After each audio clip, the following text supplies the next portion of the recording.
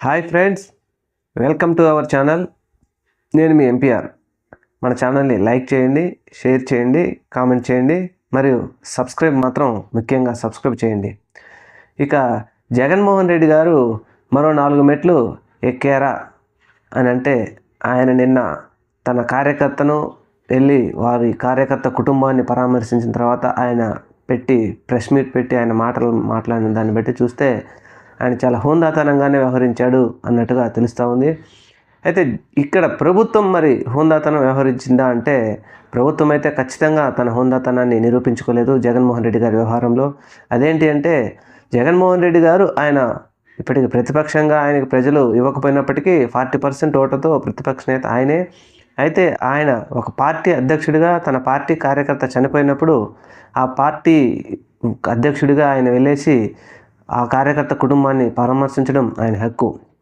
అయితే ఇక్కడ ప్రభుత్వాన్ని మనం ఎందుకు అంటున్నామంటే, ఒక పార్టీ అధ్యక్షుడు వెళ్తున్నప్పుడు కనీసం పోలీసులు ఎక్కడా వీడియోలు మొత్తం చూసాము, ప్రెస్ మీట్లు చూసాం, కానీ ఎక్కడా కనిపించలేదు.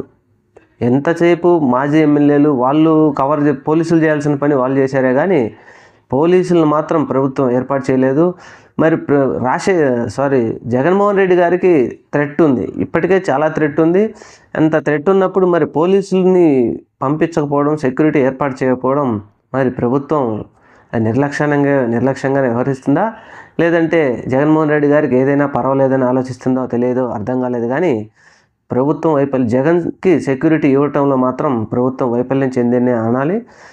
ఈ మాట మేమంటే కొంతమంది ఏమంటారంటే, ఇంతకుముందు ఇచ్చారా అంటారు. సరే, వారి ప్రభుత్వం ఉన్నప్పుడు వారు ఇవ్వలేదనో ఇచ్చారనో కదా వీరికి ప్రభుత్వం ఇచ్చింది, అధికారం ఇచ్చింది ప్రజలు. మరి వీరు ప్రభుత్వంలోకి వచ్చిన తర్వాత వీరు హుందాతనాన్ని వీళ్ళు నిరూపించుకోవాలి కదా. హోమ్ మినిస్టర్ గారు ప్రెస్ మీట్లు పెట్టి ఏదేదో మాట్లాడతారు, కానీ వారి పార్టీ కార్యకర్త చనిపోయినప్పుడు ఆయన వెళ్తుంటే అసలు ఆయన ఇప్పుడు ప్రజెంట్ సీఎం జగనే అనుకున్నట్టుగా ప్రజలు తండోపతండాలుగా వచ్చి ఆయన పలకరిస్తూ అడుగడుగున క్యాన్వాయిలు ఆపేస్తూ తాడేపల్లి నుంచి వినకొండ వెళ్ళటానికి ఆయనకు 6 నుంచి 7 గంటలు పట్టిందంటేనే అర్థమవుతా ఉంది జగన్మోహన్ రెడ్డి గారు ప్రజల్లోకి వస్తే ఏ విధంగా జనం ఆయన కోసం వస్తారో. కానీ ఏది ఏమైనప్పటికీ జగన్మోహన్ రెడ్డి గారు కూడా జాగ్రత్తగా ఉండాలి. ఎందుకంటే ప్రభుత్వం నిర్లక్ష్యం వ్యవహరిస్తూ ఉంది మీ సెక్యూరిటీ గురించి.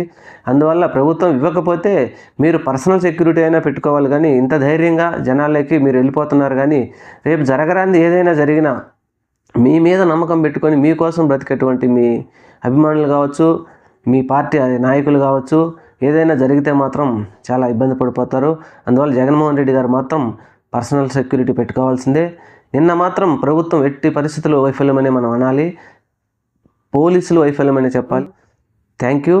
మన ఛానల్ని సబ్స్క్రైబ్ చేయండి.